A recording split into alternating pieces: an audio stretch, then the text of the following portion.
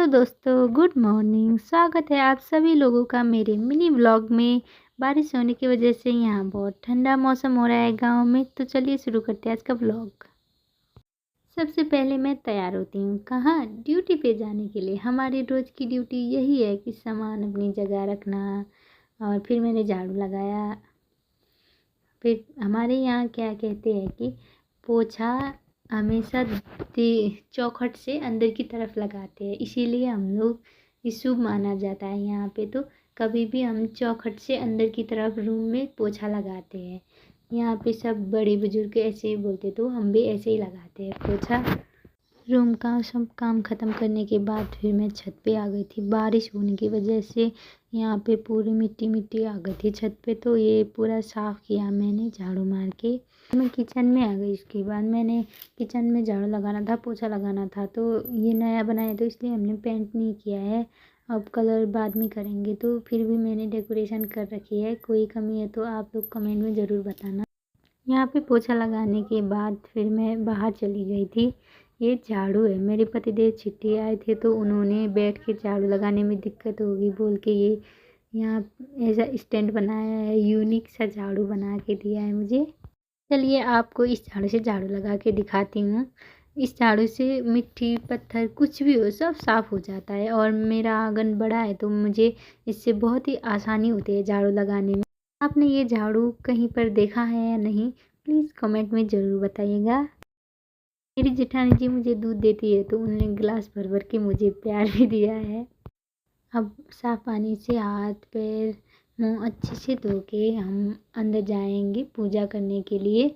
यहाँ पे गांव में इतनी फैसिलिटी नहीं होती कि इतनी सुविधाएं नहीं आती कि रोज़ नहा के पूजा करके। अभी मेरी बच्ची भी छोटी है तो रोज़ नहाया नहीं जाता, इसीलिए ऐसे ही करते हैं हाथ पैर धो के।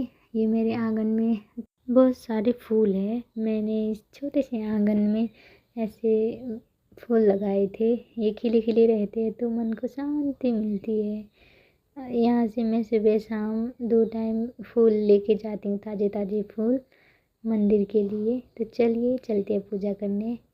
ये है मेरा छोटा सा मंदिर। यहाँ पे मैं सुबह शाम 2 टाइम जलाती हूँ धूप, और मैं ही करती हूँ पूजा। यहाँ पे कोई छूत नहीं होती तो मैं डेली जलाती हूँ। छूत होगी तो मैं छूत के टाइम पे नहीं जलाती। और मेरी बेटी अभी सोई हुई है तो मैं अकेली जला रही हूँ। और टीका भी मैं नहीं लगाया, अभी वो सो रही है तो जब वो उठ जाएगी उसको तैयार करूँगी, वो फ्रेश होगी तो फिर उसके बाद उसका भी टीका लगा दूँगी मैं। अब सारे काम ख़त्म कर लिए तो मैंने अब नाश्ता की बारी आ गई। अब नाश्ते में बना रही हूँ पास्ता और रोटी पराठे बनाए हैं मैंने, और एक वैसे बिना तेल की रोटी डाली है। और मैं जब काम करती हूँ तो मैं साथ में किचन साफ़ कर लेती हूँ। अच्छा नहीं लगता है ऐसे किचन गंदा और खाना वहीं पे। मैं रोज़ सुबह ये अजवाइन वाला पानी पीती हूँ, 1 कप पूरा पीती हूँ मैं ये। इससे क्या होता है कि पेट भी कम होता है और भूख भी आपको ज़्यादा लगती है, आपकी क्रेविंग भी बंद होती है। मैं जब से डिलीवरी हुई है तब से ये अजवाइन वाला पानी पीती आ रही हूँ सुबह खाली पेट। मेरा नाश्ता भी रेडी हो गया था तो मैं उसके बाद नाश्ता करने के लिए बैठ गई।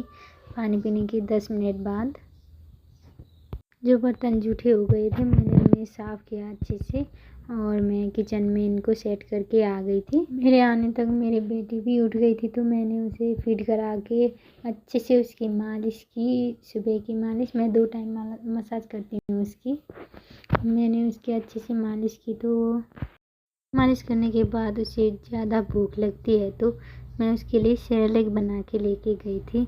सेरेलैक बनाने के बाद वो उसने अच्छे से खाया तो सेरेलैक, वरना वो नहीं खाते सेरेलैक। और उसका पेट भर गया था तो उसने फिनिश कर लिया था अपना सेरेलैक पूरा।